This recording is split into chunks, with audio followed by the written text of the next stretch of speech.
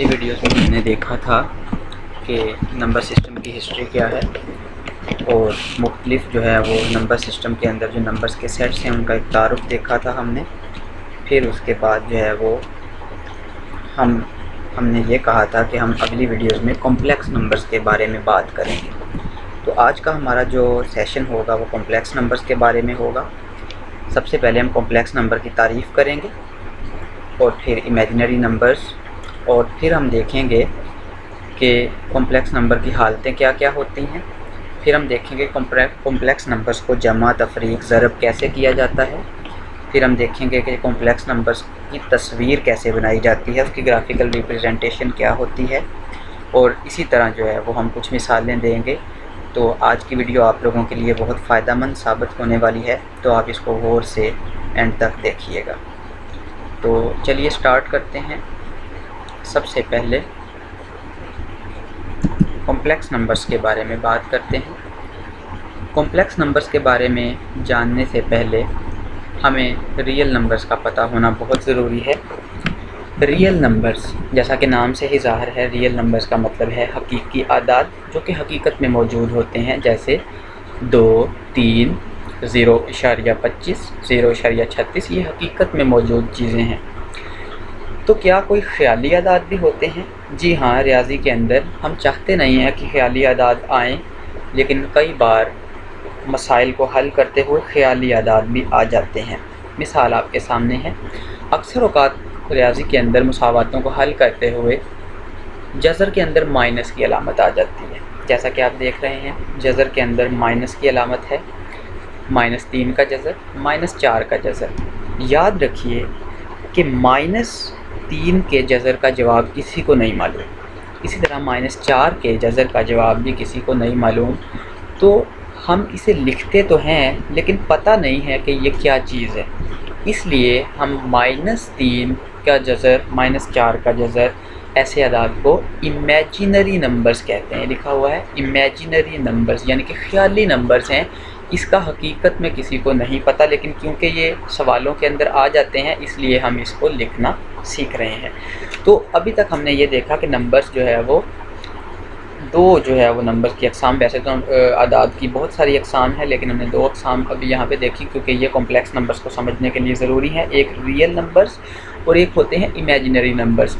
Real numbers जो है वो जज़र के अंदर माइनस की अलामत नहीं आती उनमें, और इमेजिनरी नंबर्स में जज़र के अंदर माइनस की अलामत आ जाती है। अब इन इमेजिनरी नंबर्स को ख़याली नंबर्स कहते हैं। अब ज़रा ये -3 के जज़र को अगर हम देखें तो इसको हम ऐसे भी लिख सकते हैं, 3 का जज़र अलग और -1 का जज़र अलग। इस -1 के जज़र का नाम आई रख दिया गया है। ज़रा देखें, 3 का जज़र और आई, इस आई को हम आयोटा पढ़ते हैं। इस आई को हम आयोटा कहते हैं। आइंदा से आपने इस आई को आयोटा कहा करना है। अब जबकि हम जो है वो, तो ये है बेसिकली 3 का जज़र आयोटा।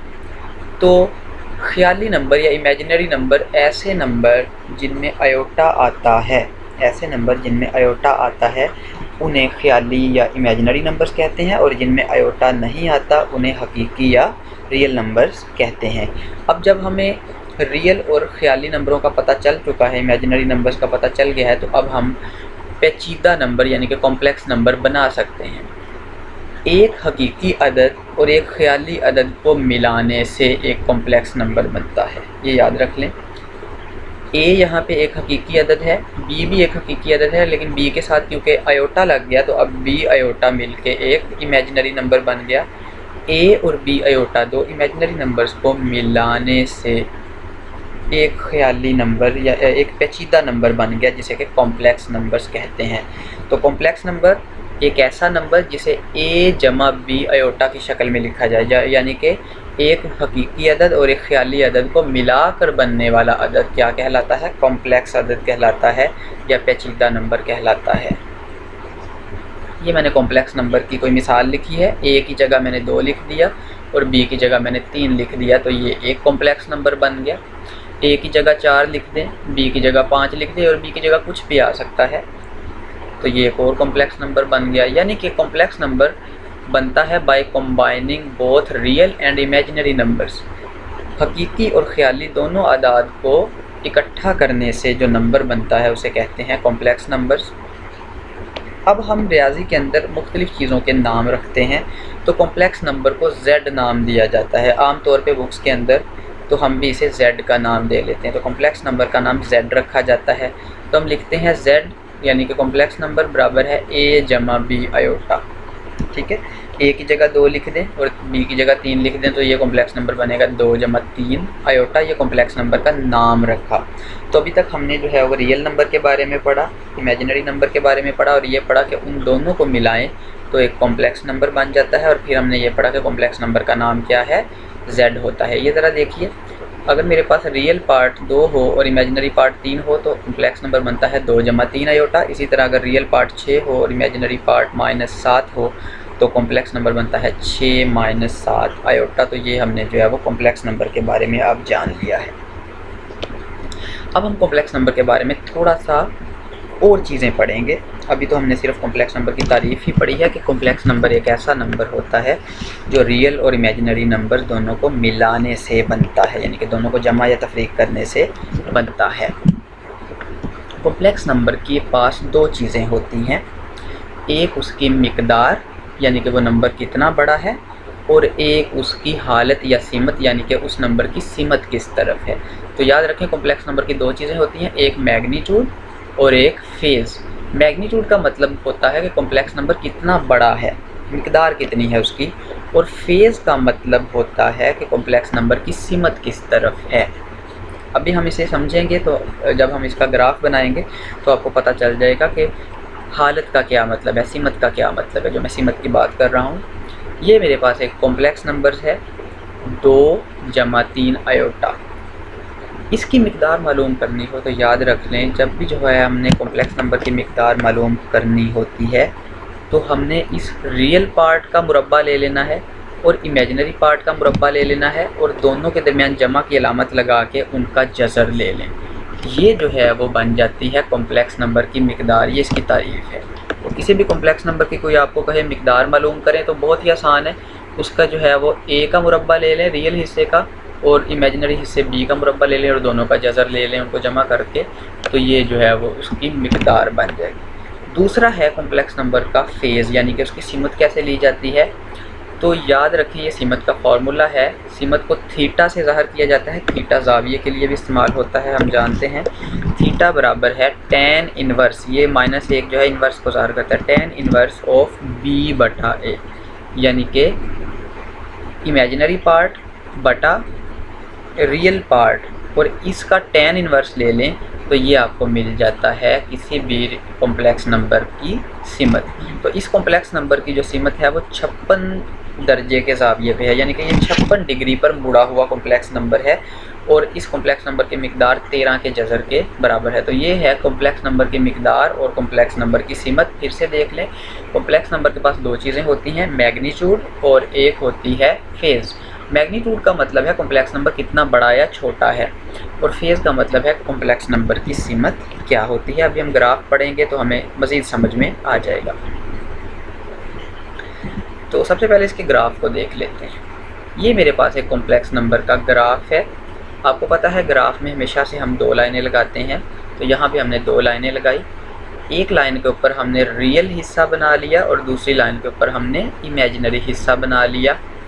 अब इस कॉम्प्लेक्स नंबर को देखें जो कि 2 जमा 3 आयोटा है। इसका रियल हिस्सा 2 है और इसका इमेजिनरी हिस्सा 3 है।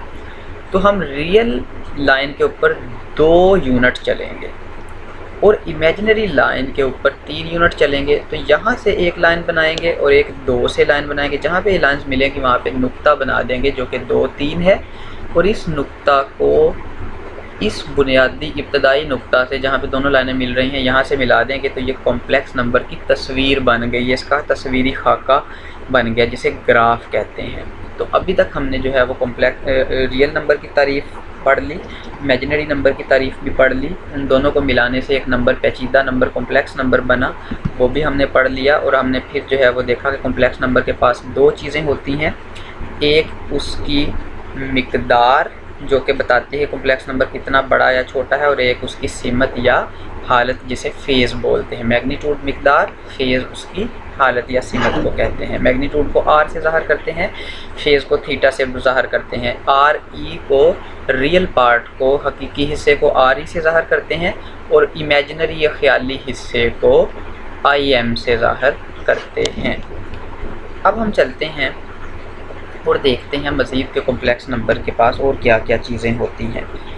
कॉम्प्लेक्स नंबर को लिखने के 3 तरीके होते हैं और हर तरीके को फॉर्म कहते हैं, यानी कि फॉर्म्स ऑफ कॉम्प्लेक्स नंबर।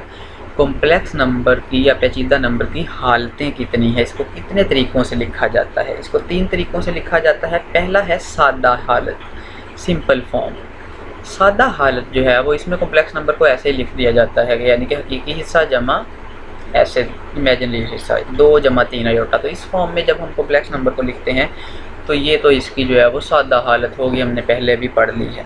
दूसरी इसकी हालत होती है पोलर फॉर्म।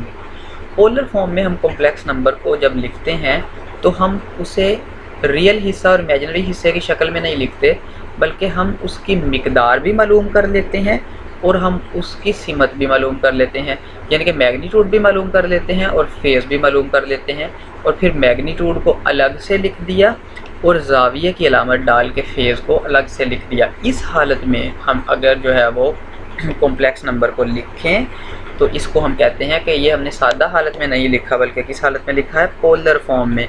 आप याद रख लें, जब भी आपको कोई कहे कि कॉम्प्लेक्स नंबर की पोलर फॉर्म बनाओ तो उसका यही मतलब है कि आपने 2 चीज़ें मालूम करनी है। एक आपने जो है वो कॉम्प्लेक्स नंबर की मिकदार मालूम करनी है, मैग्नीट्यूड मालूम करनी है, और दूसरा आपने उसका फेज़ मालूम करना है और दोनों को इस तरह लिख देना है, ये उसकी पोलर फॉर्म बन जाएगी। पोलर फॉर्म बनाना कितनी आसान है, क्योंकि पीछे हमने मैग्नीट्यूड मालूम करना भी सीख लिया था और हमने फेज़ मालूम करना भी सीख लिया था। आखिर में हम एक मिसाल भी करेंगे, आपको मज़ीद समझ आ जाएगी। तो 2 जमा 3 आयोटा और 13 का जज़र फेज़ 56.31, ये एक ही चीज़ को लिखने के 2 तरीके हैं। इन दोनों में कोई फ़र्क नहीं है, बस लिखने का तरीका मुख्तलिफ है। ये भी वही कॉम्प्लेक्स नंबर है और ये भी वही कॉम्प्लेक्स नंबर है। तो पोलर फॉर्म फार्मूला क्या होता है, आपने मैग्नीट्यूड और फेज़ की शक्ल में कॉम्प्लेक्स नंबर को लिखना है। कोई भी आपको कहेगा कॉम्प्लेक्स नंबर को पोलर फॉर्म में लिखो, आपने फ़ौरन जो है मैग्नीट्यूड मालूम कर लेनी है, फेज़ मालूम कर लेना है और ऐसे करके लिख देना है, आपका सवाल जो है वो हल हो जाएगा। तीसरी जो है वो फॉर्म है वो बहुत ही सादा फॉर्म है, वो है पॉइंट फॉर्म, यानी कि नुक्ते की शक्ल में लिखना। तो उसमें आपने क्या करना है कि आपने रियल पार्ट ए और इमेजिनरी पार्ट बी को ब्रैकेट में लिख के दरमियान में कॉमा लगा देना, तो ये सिंपल सी इसकी फॉर्म बन गई पॉइंट फॉर्म। तो कॉम्प्लेक्स नंबर की 3 फॉर्म्स के बारे में भी हमने पढ़ लिया। कॉम्प्लेक्स नंबर की 3 फॉर्म्स होती हैं, सिंपल फॉर्म, पोलर फॉर्म और पॉइंट फॉर्म। तो ये तीनों फॉर्म्स का आपको पता होना चाहिए। ख़ास तौर पे पोलर फॉर्म के बारे में स्टूडेंट्स अक्सर कंफ्यूज हो जाते हैं, तो याद रख लीजिए कि पोलर फॉर्म बनाने का जब भी आपको कहा जाए, ये याद रख लें कि जब भी आपको पोलर फॉर्म बनाने का कहा जाए, आपने 2 ही चीज़ें मालूम करनी है। एक का नाम है मैग्नीट्यूड, जो कि आपने पीछे फार्मूला पढ़ लिया मैग्नीट्यूड मालूम करने के लिए, a² + b² का जज़र कर लेते हैं। और एक है फेज़। फेज़ लेने के लिए आपने tan इनवर्स b/a कर लेना है, जैसे कि हमने पीछे देखा। अब हम आगे चलते हैं, ये ग्राफ हम पहले ही देख चुके हैं। अब हम देखते हैं अगर 2 कॉम्प्लेक्स नंबर्स को जमा करना हो तो क्या करते हैं। ये मेरे पास एक कॉम्प्लेक्स नंबर है Z1 जो कि 2 जमा 3 आयोटा है और दूसरा कॉम्प्लेक्स नंबर है Z2 जो कि 3 जमा 4 आयोटा है। हम इनको जमा करना चाहते हैं और इनको जमा करके जो जवाब आएगा वो Z आएगा। यहाँ पे मैंने Z2 लिखना था, Z1 जमा Z2 बराबर है, Z1 की जगह Z1 की कीमत लिखी 2 जमा 3 आयोटा ब्रैकेट में, और Z2 की जगह जो है वो Z2 की कीमत लिखी 3 जमा 4 आयोटा ब्रैकेट में।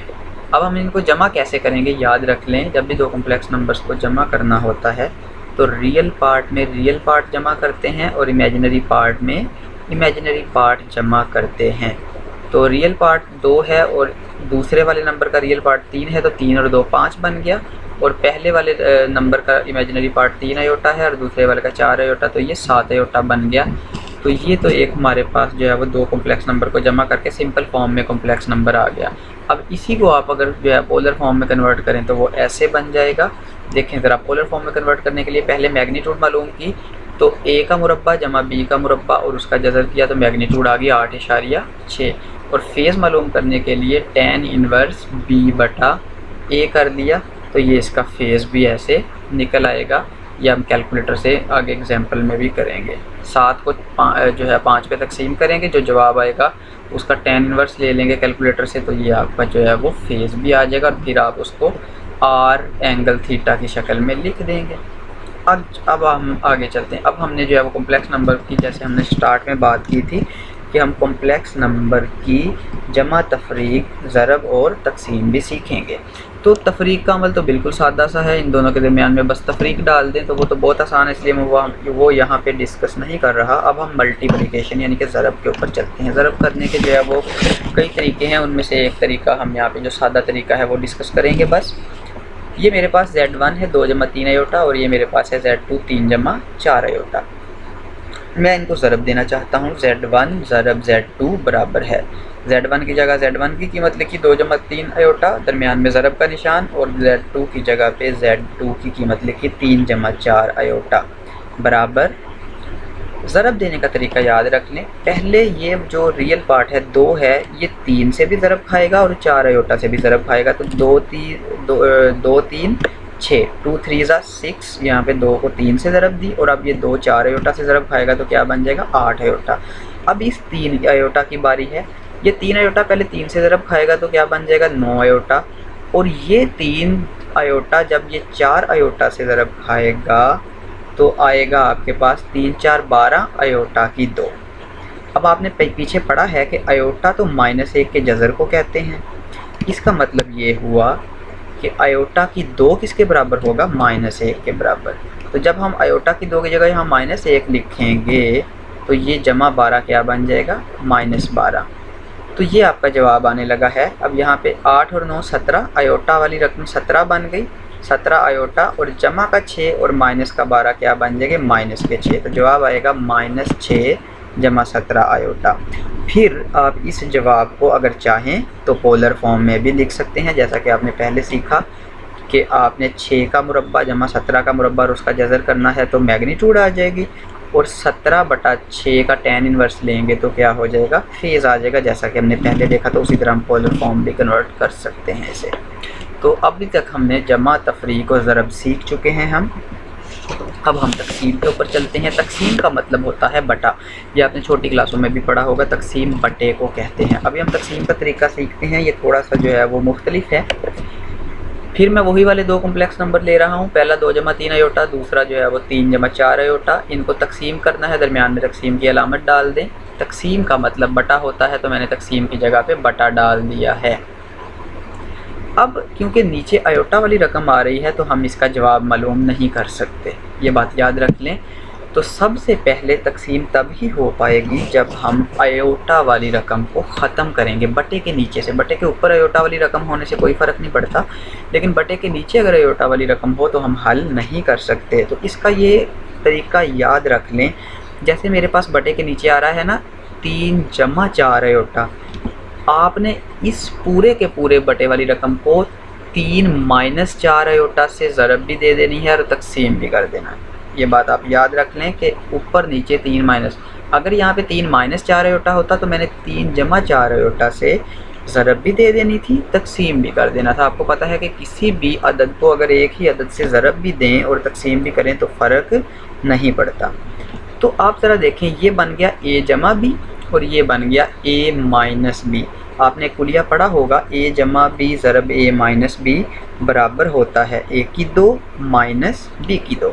तो उसी कुलिये के तहत ये बन जाएगा 3 की 2 9 माइनस 4 अयोटा की 2। 4 अयोटा की 2 माइनस 16 आता है, तो वो माइनस माइनस जमा हो जाएगा यहाँ पे। तो 9 जमा 16 मैंने डायरेक्ट यहाँ पे लिख लिया, a की 2 माइनस b की 2 के कुलिया लगाते हुए। ऊपर 2 जमा 3 अयोटा ज़रब खाएगा 3 माइनस 4 अयोटा से, तो हम उसी तरह ज़रब देंगे जिस तरह पीछे हमने ज़रब देना सीखा है कि पहले 2 3 से भी ज़रब खाएगा और 2 4 अयोटा से भी ज़रब खाएगा। जैसा कि यहाँ 2 3 6 और 2 ज़रब 4 अयोटा 8 अयोटा। फिर उसके बाद जो है वो 3 अयोटा ज़रब 3 9 अयोटा और माइनस 12 अयोटा की 2 आना था, क्योंकि अयोटा ज़रब अयोटा अयोटा की 2 हो जाते हैं।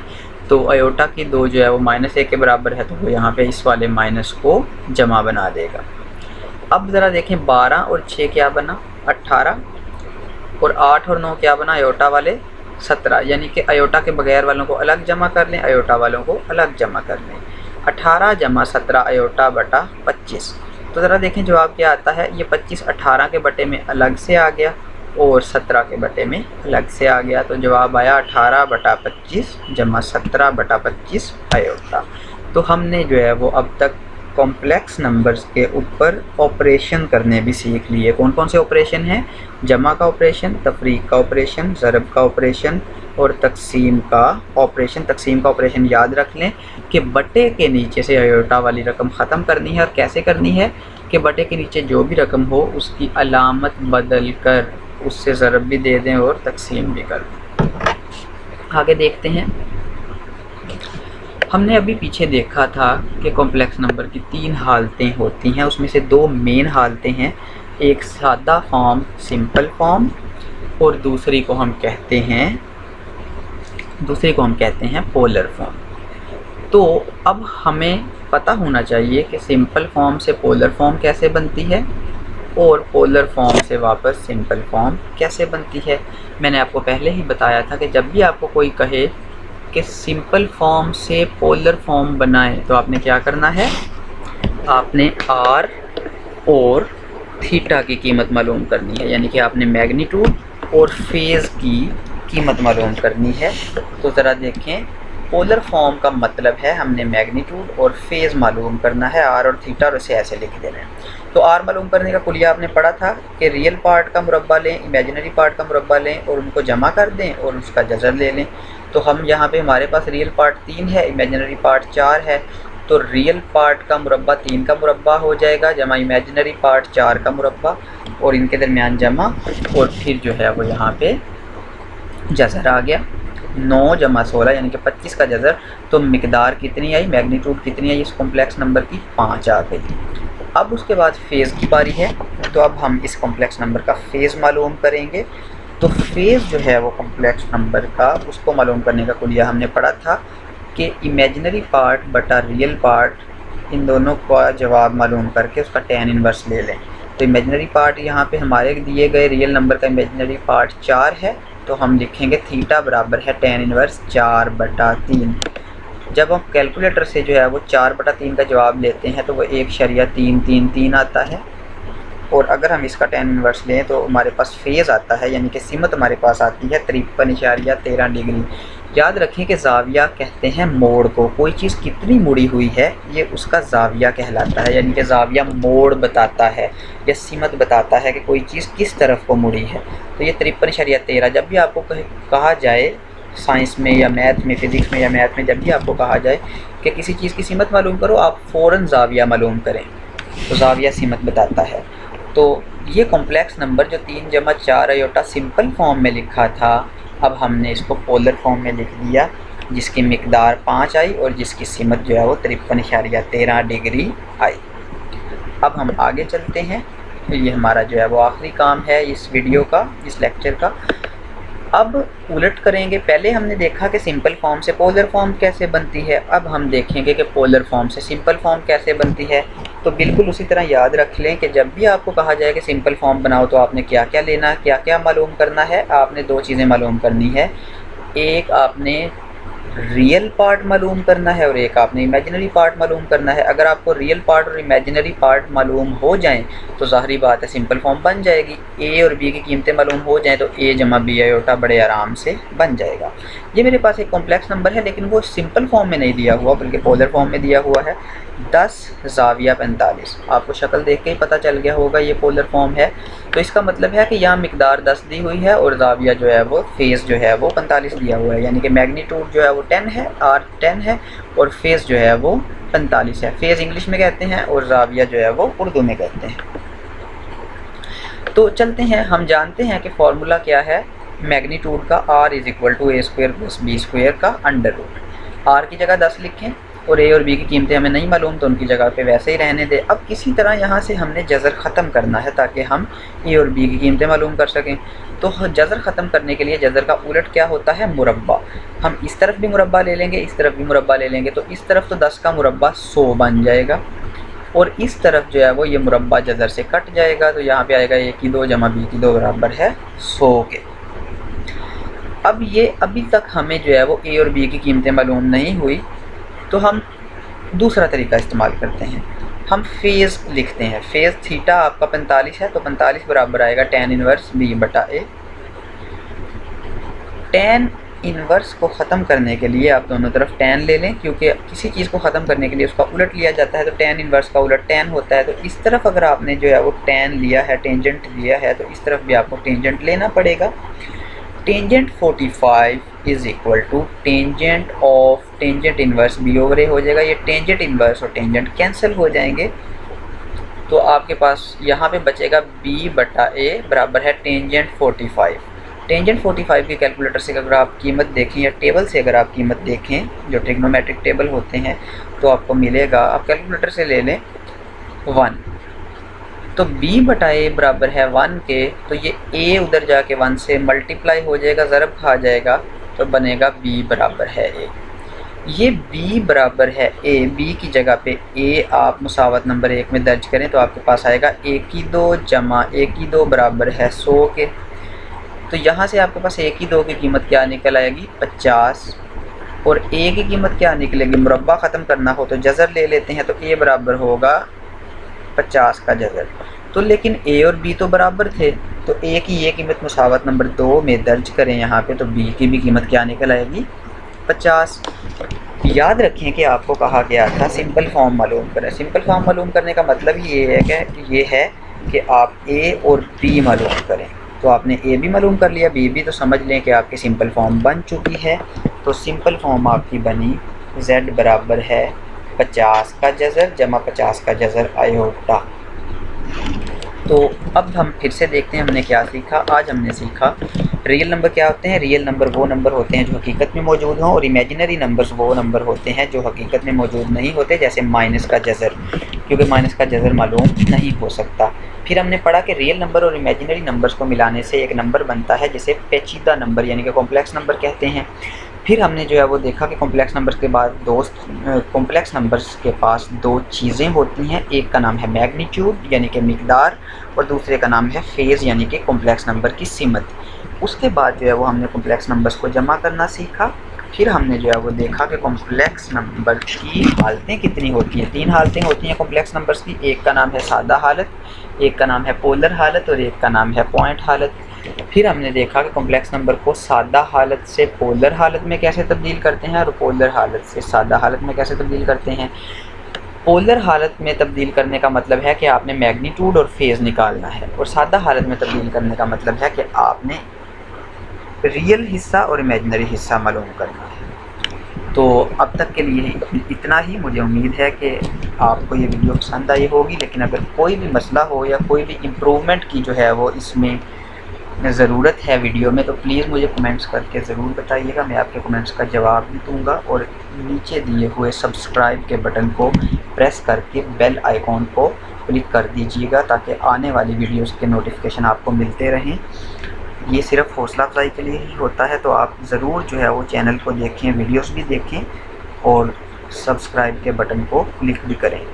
अल्लाह हाफ़िज़।